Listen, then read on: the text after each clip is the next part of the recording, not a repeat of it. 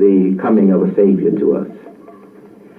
And I remember as a boy, we didn't have any facilities of any size for any meeting. A few of you still around here. You can be my witnesses. You can't go back as far as I can, I don't think, most of you. But you do know what occurred, and you can witness to what I'm saying. You can witness to what I'm saying. What I'm going to say. If we had a meeting, we would have to rent a place to have that meeting. And most of the time, the only people that will rent to us would be the Masons. So we had to rent one of their science temples or one of their lodges to have the meeting. If we had a meeting, we would have to rent a place to have that meeting. And most of the time, the only people that will rent to us would be the Masons. So we had to rent one of their science temples or one of their lodges to have the meetings. What occurred, and you can witness to what I'm saying. You can witness to what I'm saying. What I'm going to say. If we had a meeting, we would have to rent a place to have that meeting. And most of the time, the only people that will rent to us would be the Masons. So we had to rent one of their science temples or one of their lodges to have the meetings. Now, I just want to point out here, this is very interesting and important, is the Imam said this at a leadership meeting on February 26, 2000, when he put together the representative body, and when he nominated me along with others. It's the same day, it's the same meeting. And of course, you all know I had studied Freemasonry, written the books on it, etc. And so you know it was going to catch my attention that day. So just from our history, this shows that connection. And when I met with the Imam for the first time in '87, as you know, and I'll play a little bit of it again, he said it was touchy for him, the Masonry. And one is, you know, you have the Illuminati, you hear all of that when dealing with the Europeans. But when it came to our people, just like with Christianity, that was a whole different issue. And we'll play some things where a lot of those who joined the nation in the 30s, 40s, 50s were Masons, and they gave great help to the Honorable Elijah Mohammed. As the Imam just said, sometimes we didn't have no places to meet, and they would be the only ones to let us meet in their places. So I'm just going to take a brief moment and let you hear the Imam nominating for the representative body, just to verify that this happened the same day in the same meeting. And of course, I paid close attention to it, and it's an important part of our history. They will have no authority to make decisions. At this time, I'm going to nominate, or put some names, not nominate, but put some names before you, and for you to consider for possible positions on this representative body. Dr. Nuruddin, are you here, Dr. Nuruddin? Yes, will you stand just in case? I think everyone knows, but just in case, we don't know. Dr. Nuruddin, Imam Qasim Ahmed,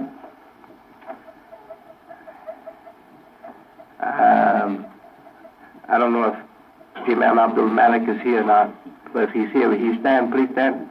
Imam Abdul Malik.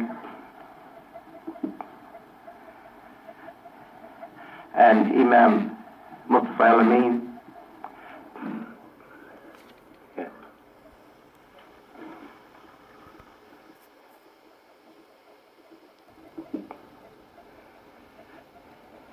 And Imam Mustafa El-Amin. Yeah.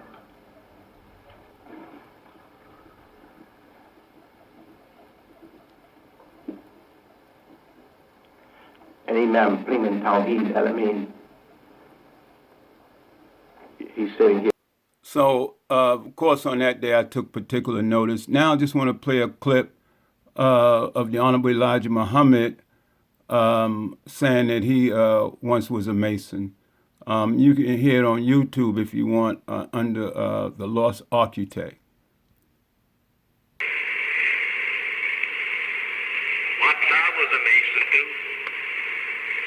Until I became a Muslim, I was a Mason. But you must look. That's the only one. Think over it, my friend. Once I was a Mason too. Until I became a Muslim, I was a Mason. But you must remember, once I was a Mason too. Until I became a Muslim, I was a Mason. Standing on the square. But you must remember that. Children, so like I say, I did talk to our leader at that time, you know. But brother Imam, I just like to thank you for the opportunity and thank you for the time. And I pray Allah to bless you with success and good health and bless you with great understanding. I know you have great understanding, and I'm just overwhelmed. But from my heart, I really want to try to make a contribution to the advancement of Islam here in America. And I really want to do my best. And I appreciate any advice. I know you said very sensitive. Yes, it is. There's my desire to have this opportunity to be to meet you in person. Okay. And as I said, the presentation that you made, in my opinion, is very, very impressive. And I do believe that, but you're trying to bring them to question Yes. the value of secrecy, the legitimacy of secrecy Yes. as they practice it. Yes. And I think to that extent you're serving the religion, you're serving the interests of the Muslims, you know. But as I said, that because of this very sensitive issue of secrecy, masonry, and be truthful with you, I don't know if we have any grounds to work against these secret orders, unless they're practicing something that is harm and detriment to the society of man. You know, I don't think we have grounds to work against them or to work for the end or termination of these kind of orders. You know, I don't know if we have anything to go upon, but I do know of a lot of good that many of them are doing, like the Masons, the Lions Club. You know, those people like that. They do a lot of good, but at the same time. So looking back to 1987, 30 years or so ago, older now, and Imam reminded me in that meeting, and you can hear the rest of it on YouTube, it wasn't long, that they did a lot of good and it was touchy to him, as he said. And we can see why as time went on, and he told me to keep that between ourselves, and he would handle it the way he would, and he would be indirect and support me, you know, support him on that. But we see why, because it was the Masons. His father was a Mason. A lot of the older brothers in the early days came in, was Masons, and they helped the community in a lot of ways. And I'm going to share a picture and conversation with one brother that was definitely a Mason, and he used to purchase my books and sell the books with the pioneers. And as I've shared with you before, me and Imam met in New Medina, Hattiesburg, Mississippi. It wasn't a planned meeting. I was there, and we had a chance to meet.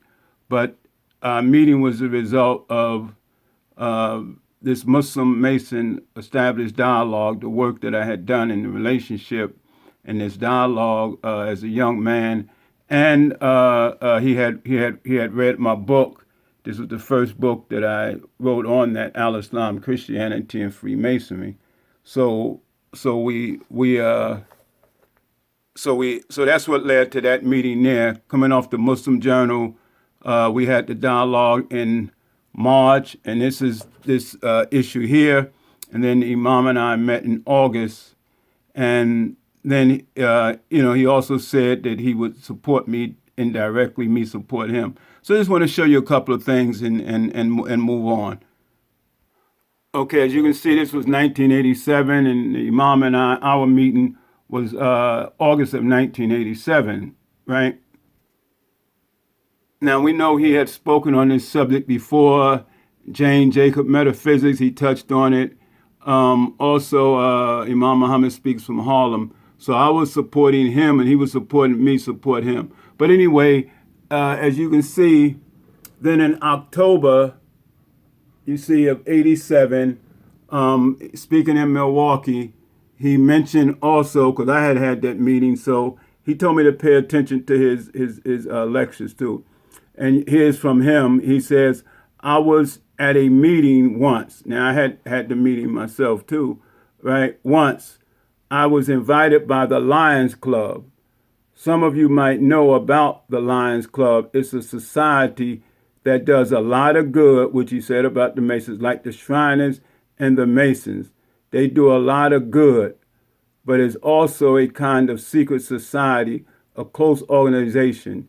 They invited me right after I became the leader when you made me leader in 1975. It wasn't many months that went by, and they invited me to come and address the Lions, over here to address the club in Chicago. I addressed them, et cetera, et cetera. Just want to show this point here. Now, what also happened? And so in that same October 87, you can see he spoke at, rented the hall, the Masonic Hall in Cleveland for November 8, 1987, right after we had just met. And he was giving me that indirect support. And it's important, and it's an important part of our history. Then the Scottish Rite there in California, these are some of the things that was going on, and I was trying to stay in succinct. And again, I was a young man coming to the nation, so I was motivated for a reason. And then as the Imam would speak on it, it gave me even more motivation to keep doing what I was doing. So really standing succinct, and this is really something that we kind of worked on simultaneously for a while, and before he even passed, he shared information in relations to our community in the early days, and those that were Masons as well. Yeah, in that October issue, I ran this ad here because back then, they had to verify the Imam's statement, so it took a little while for me to be able to give his words, which he said I can publish, that he met with me and he wished me well. And I'm sure I've played that enough for you to hear that. I'm trying to get somewhere with this, so be patient. Alhamdulillah, Rabbil Alameen. That are worthy of recognition, good recognition, are those where men come together to promote good in society, to promote righteousness in society, to promote fair dealing between men. So that tells us that we can have secret meetings, but our secret meetings must have nothing in them that would be wrong, unfair for men, for any society, or for any people. The intent has to be good, and our meeting together has to be for the purpose of advancing good, for the benefit of all people. So I think some of these secret orders do feel that they qualify under that kind of restriction, you know. So that's why I say it's very touchy for me. Okay. And I'm saying this to you in privacy. Yes. You know, but you can publish that you met with me. Okay. And, I appreciate that. And I wish you well. I appreciate that. Thank you very much. And it's a long time ago, and Imam spoke on that subject many times since then. And I'm going to play some clips. If you didn't pay attention to it, Imam reminded us many times, you know, of our history, part of our history, some of the things that Farad incorporated in the nation where they came from, and also people who came in seeking knowledge from the Masonic order and other places. Okay, I remember in August 2004, I went to one of his classes. About 35 people there, and he saw that I was there, and he mentioned that back there in the 40s, 50s, 30s, that a lot of them came in differently than we come in now. They came in seeking knowledge because they had come from an organization, Eastern Star and Masons, where they to travel from west to east in search of light. So they came in seeking knowledge and light and came in as good students. And they also said, and they had a great regard for Abraham. Sister Aisha was there, and she wrote something about that. So August 2004, not the first issue, maybe about the third issue, you can find it right up on that. Okay, he said, now I'm not telling anyone to join an order, the secret order, Masons or anything. He said, but that's up to you. He said, but he was just letting us know that coming from that organization, seeking knowledge, that's how they came into the nation, seeking knowledge. And a few very smart. Yes. Few were very smart. In fact, some of them belonged to the Masons.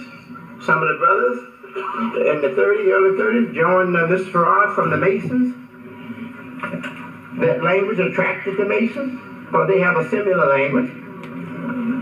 And it attracted the Eastern Stars, the sisters, African American sisters, who also belong to a similar group. They're all similar. Masons, Eastern Star, and the teachings of Mr. W.D. Farad.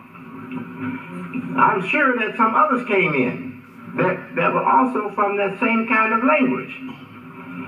But they weren't Mason, weren't Eastern Star, they were something else.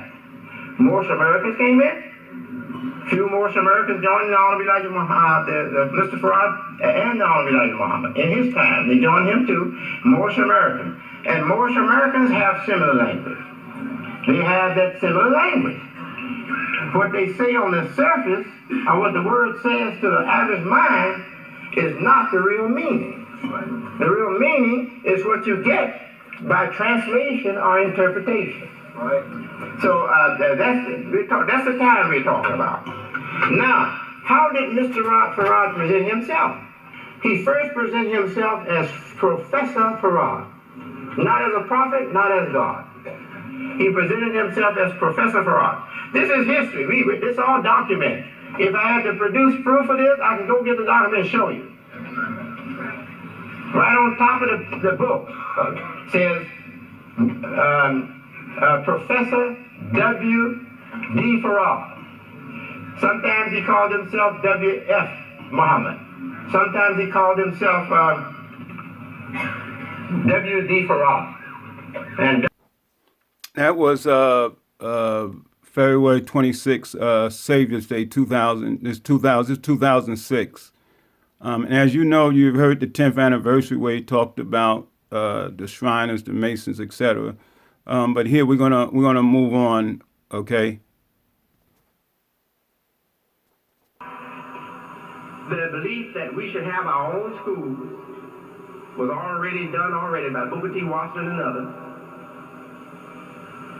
The belief that along with education there should be military drill had already been established by Booker T. Washington at his institute.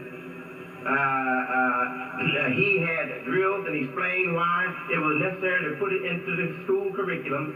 He had his students go through drill. They had to go through drill, just like we did in the FOI. They had to go through drill.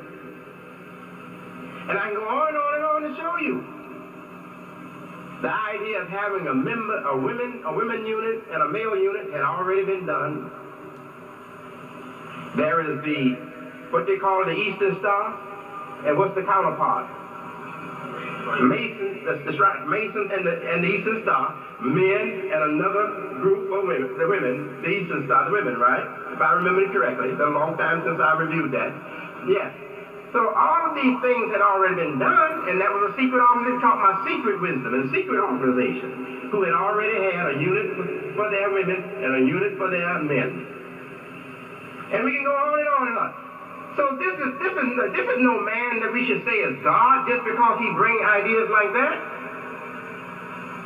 Look how long. What was important to African American militants. Mm-hmm. He didn't want any African American, and he said that. Mm-hmm. He said, "I don't want Du Bois followers." Right. W.E.B. Du Bois. Mm-hmm. I don't want Du Bois followers, the talented 10th, who are all about trying to integrate into the system of America. Mm-hmm. He wanted to separate. Mm-hmm. He wanted those who didn't believe they could ever be integrated, those who had no faith in their future as citizens of America. Those are the ones he attracted. So who did he attract? He attracted Black Masons. Mm-hmm. He attracted Eastern Star, another secret organization for women. Mm-hmm. So many of his first followers were from the Eastern Star, women from the East African American, black women from Eastern Star, and from Black Masons, and other. I just want to take a moment. This brother here, I've shared some information about him before. Brother Chevis Muwakil, a beautiful brother.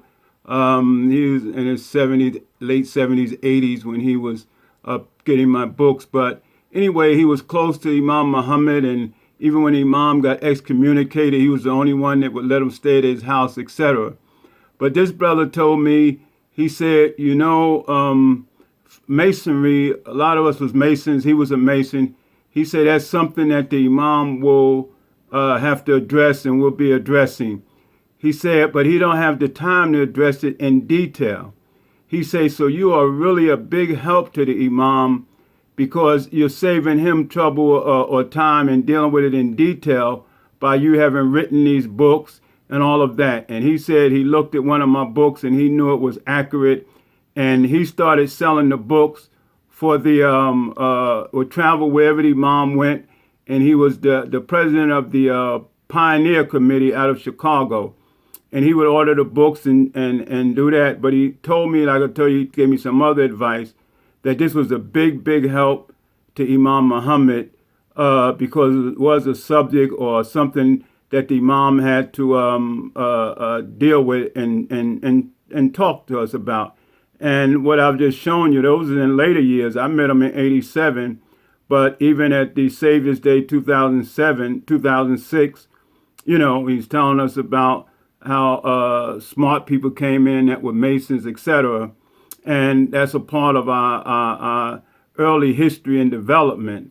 And when I was dressing it initially, I was coming a little hard, coming out of the nation. And then when I met with some of them in Washington at that first dialogue, the reviewer was saying just that the Masons had influence on the early days of the Nation of Islam and through the Moorish Americans, etc. But what I was hearing was they was trying to take credit for our work. So I was coming a little hard, and as I met with the Imam and saw how he was doing things, I grew, and the way my experience with them to have respect for brothers in the Masonic temple at that time, the older brothers, etc. And that's just a part of our history, you know, in the early days, etc. And here I even came across some old receipts that I have from Brother Chevis, from Brother Chevis Muwakil, when he would order some of my books, right, and videos. I mean, here's one where he ordered 75 African American Freemasons. Those were the last book that I wrote on Freemasonry, and then kind of moved on. But as you know, you've been going to any of these sessions, the Imam would remind us of our history, you know. And as I started this information out here, he said when other people wouldn't allow us to meet, that the Masons would let us use their hall, even though others wouldn't let us use their hall. So at the end, I'm going to play just a little clip. I haven't addressed this subject, but in 2016, I spoke at the Shriners Convention in New Jersey. Also, just want to let you know, as we're talking about this, that we're distinguishing between the African American Freemasons and the European Freemasons. We know the founding fathers and all of that, but here, as it relates to us and our community, I'm speaking specifically of African Americans. What I'm showing here is when I ran the ad. I'm going back in 87. That right here on October 9th, I ran this ad after meeting with Imam Mohammed and him saying what he said. But also on that same Muslim journal, was this here as well. Okay, so I was running my ad and the Imam was running his ad for where he was going to be speaking at in relations to renting the Masonic Hall.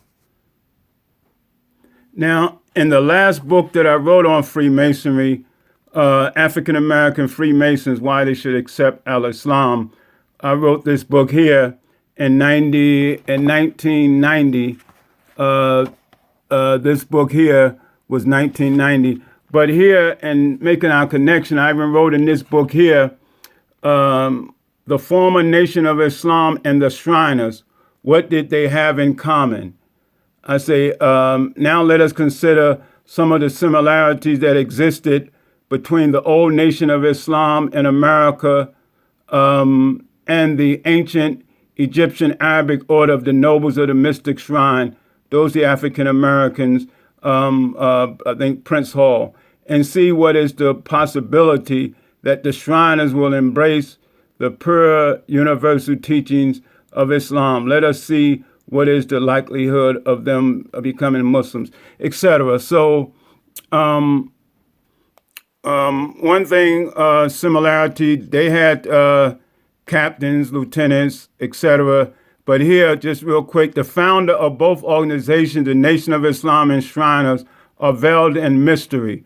Farad Muhammad, the founder of the Nation of Islam, has always been somewhat of a mystery man, his teachings, etc. And also with the with the founder of the Rofel Pasha, there's also a mystery about him.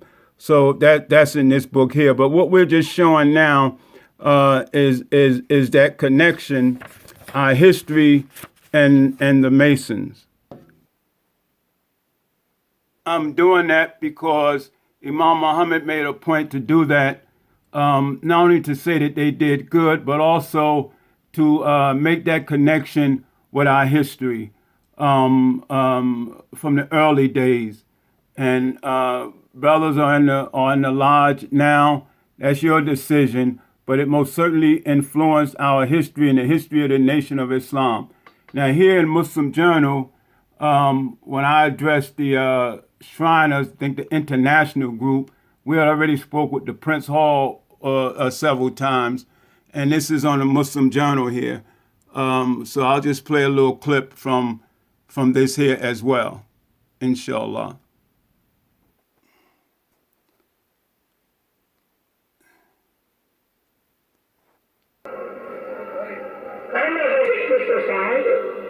There has been an apparition generally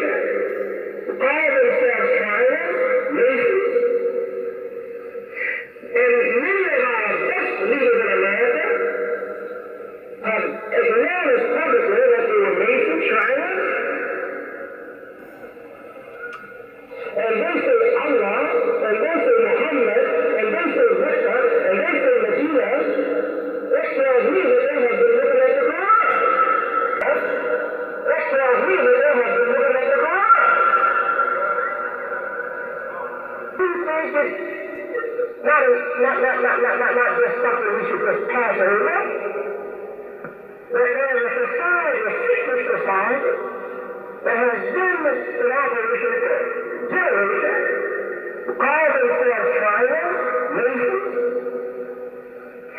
and many of our best leaders in America have acknowledged publicly that they were nation tribes, and they say Allah, and they say Mohammed, and they say Mecca, and they say Medina. That tells me that they have been looking at the Quran.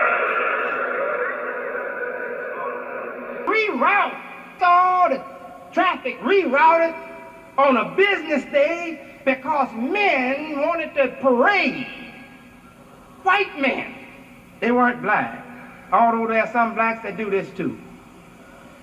They wanted to parade their Moroccan-looking hats and show off crescents. And the word Medina and Mecca and Allah, etc. And I remember as a youngster in these United States during World War II, or just immediately thereafter, seeing in the paper where Truman had greeted some people, Assalamu alaikum.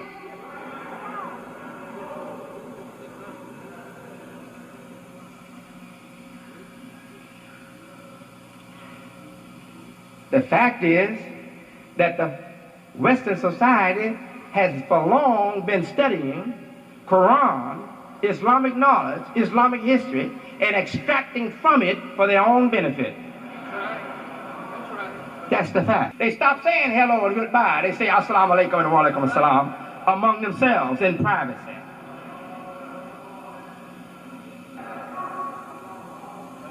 And I heard when they really get up in the high degrees, they stop saying hello and goodbye. They say assalamu alaikum and wa alaikum assalam among themselves in privacy. That's what we are told. And that they stop reading the Bible and they start studying the Quran. That's what we are told.